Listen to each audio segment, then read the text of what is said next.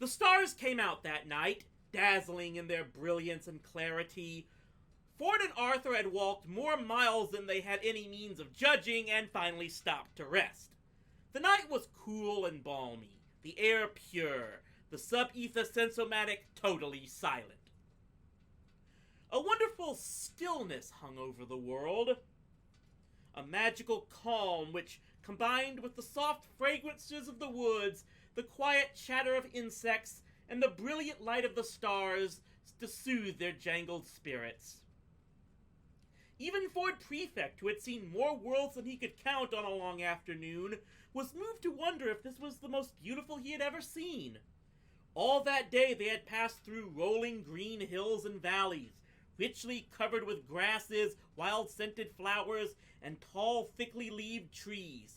The sun had warmed them, light breezes had kept them cool, and Ford Prefect had checked his sub-ether sensomatic at less and less frequent intervals, and had exhibited less and less annoyance at its continued silence. He was beginning to think he liked it here. Cool though the night air was, they slept soundly and comfortably in the open, and awoke a few hours later with the light dewfall, feeling refreshed but hungry. Ford had stuffed some small rolls into a satchel at Milloway's, and they breakfasted on those before moving on. So far they had walked purely at random, but now they struck out firmly eastward, feeling that if they were going to explore this world, they should have some clear idea of where they had come from and where they were going. Shortly before noon they had their first indication that the world they had landed on was not an uninhabited one. A half-glimpsed face among the trees watching them. It vanished the moment they both saw it, but the image they were both left with was of a humanoid creature, curious to see them, but not alarmed. Half an hour later they glimpsed another such face, and 10 minutes after that, another. A minute later they stumbled into a wide clearing and stopped short. Before them, in the middle of the clearing, stood a group of about 24 men and women. They stood still and quiet, facing Ford and Arthur. Around some of the women huddled some small children, and behind the group was a ramshackle array of small dwellings made of mud and branches. Ford and Arthur held their breath. The tallest of the men stood little over 5 feet high, and they all stooped forward slightly, had longish arms and lowish foreheads, and clear bright eyes with which they stared intently at the strangers. Seeing that they carried no weapons and made no move toward them, Ford and Arthur relaxed slightly. For a while, the two groups simply stared at each other, neither side making any move. The natives seemed puzzled by the intruders, and while they showed no signs of aggression, they were clearly not issuing any invitations. Nothing happened. For a full 2 minutes, nothing continued to happen. The men made hardly any discernible move, and yet their whole disposition made it clear that the greeting was not welcome. It was not resented in any great degree, it was just not welcome. One of the men, who had been standing slightly forward of the rest of the group and who might therefore have been their leader, stepped forward. His face was quiet and calm, almost serene. "Urgh, he said quietly. This caught Arthur by surprise. He had grown so used to receiving an instantaneous and unconscious translation of everything he heard via the babelfish lodged in his ear that he had ceased to be aware of it. And he was only reminded of its presence now by the fact that it didn't seem to be working. Vague shadows of meaning had flickered in the back of his mind, but there was nothing he could get any firm grasp on.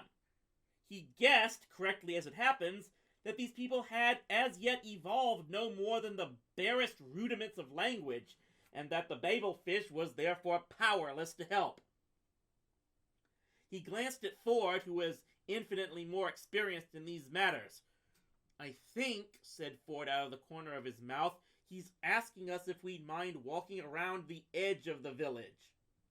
A moment later, a gesture from the man-creature seemed to confirm this.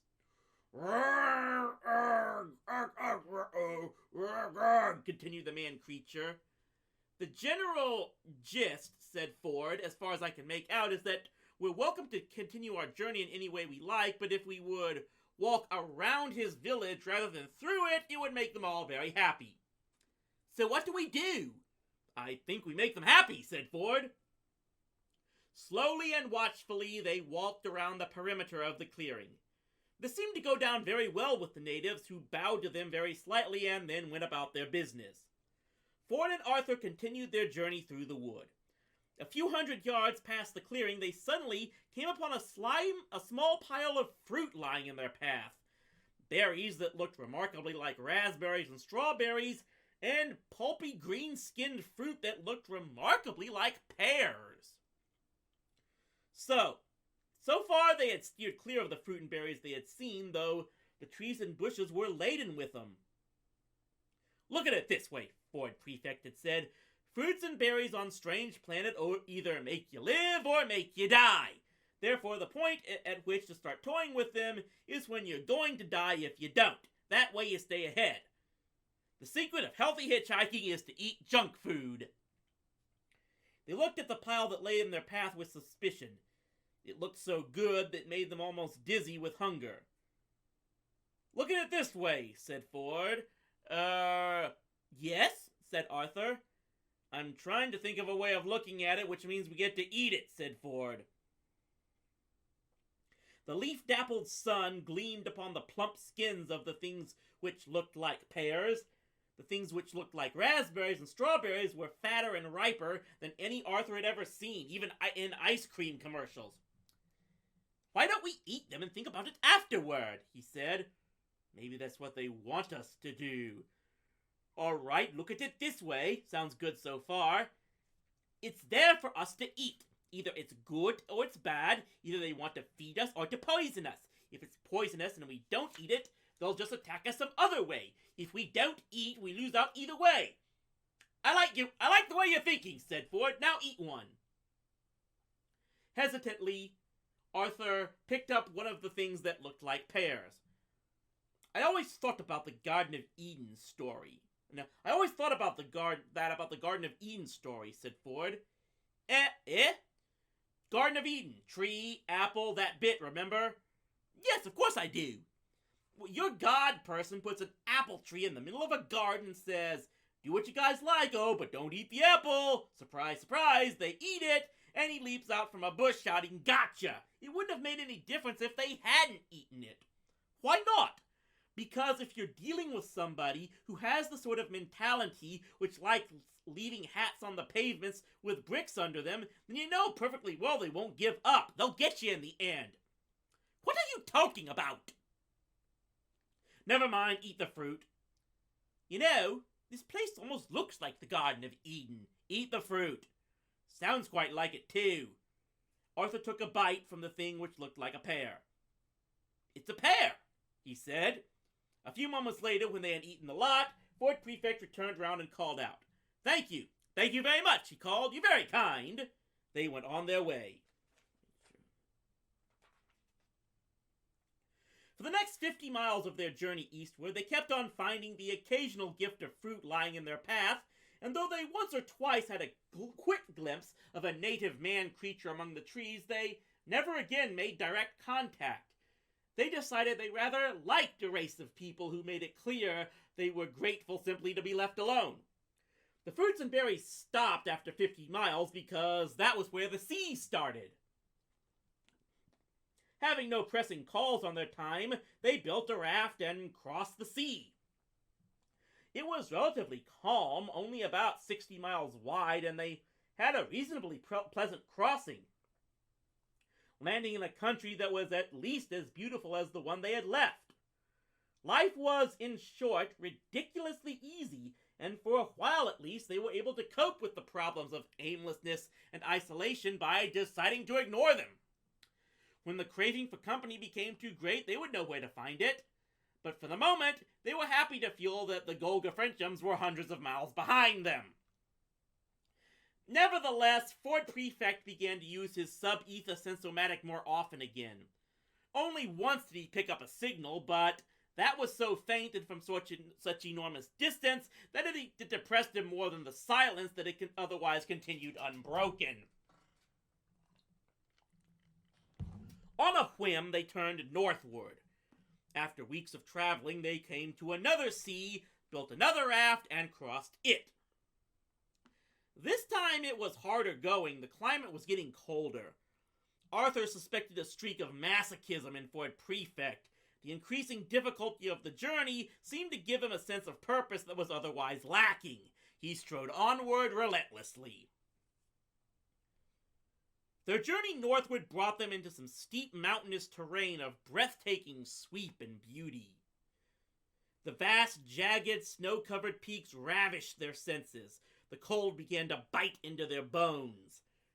They wrapped themselves in animal skins and furs, which Ford Prefect acquired by a technique he once learned from a couple of ex-Prelite monks running a mind-surfing resort in the hills of Huainan. The galaxy is littered with ex-Prelite monks, all on the make, because the mental control techniques the Order have evolved as a form of devotional discipline are frankly sensational. And extraordinary numbers of monks leave the Order just after they have finished their devotional training and just before they take their final vows to stay locked in small metal boxes for the rest of their lives. Ford's techniques seem to consist mainly of standing still for a while and smiling. After a while, an animal, a deer perhaps, would appear from out of the trees and watch him cautiously. Ford would continue to smile at it. His eyes would soften and shine, and he would seem to radiate a deep and universal love, a love which reached out to embrace all of creation. A wonderful quietness would descend on the surrounding countryside, peaceful and serene, emanating from this transfigured man. Slowly, the deer would approach, step by step, until it was almost nuzzling him. Whereupon Ford Prefect would reach out to it and break its neck. Pheromone control, he said it was. You just have to know how to generate the right smell. A few days after landing in this mountainous land, they hit a coastline which swept diagonally before them from the southwest to the northeast. A coastline of monumental grandeur, deep majestic ravines, soaring pinnacles of ice. Fjords! For 2 further days they scrambled and climbed over the rocks and glaciers, awestruck with beauty. "Arthur!" yelled Ford suddenly.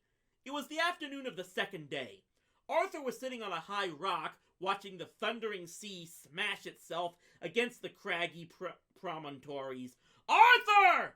yelled Ford again. Arthur looked to where Ford's voice had come from, carried faintly in the wind. Ford had gone to examine a glacier, and Arthur found him there crouching by the solid wall of the blue ice. He was tense with excitement. His eyes darted up to meet Arthur. "Look!" he said. "Look!" Arthur looked. He saw the solid wall of blue ice. "Yes," he seen it. "It's a glacier. I've already seen it." "No," said Ford. "You've looked at it, but you haven't seen it. Look!" Ford was pointing deep into the heart of the ice. Arthur peered. He saw nothing but vague shadows. Move back from it," insisted Ford. "Look again." Arthur moved back and looked again. "No," he said and shrugged. "What am I supposed to be looking for?" And suddenly he saw it. "You see it?" He saw it. His mouth started to speak, but his brain had decided it hadn't got anything to say yet and shut it again. His brain then started to contend with the problem of what his eyes told it they were looking at, but in doing so relinquished control of the mouth, which promptly fell open again. Once more gathering up the jaw, the brain lost control of his left hand, which then wandered around in aimless fashion.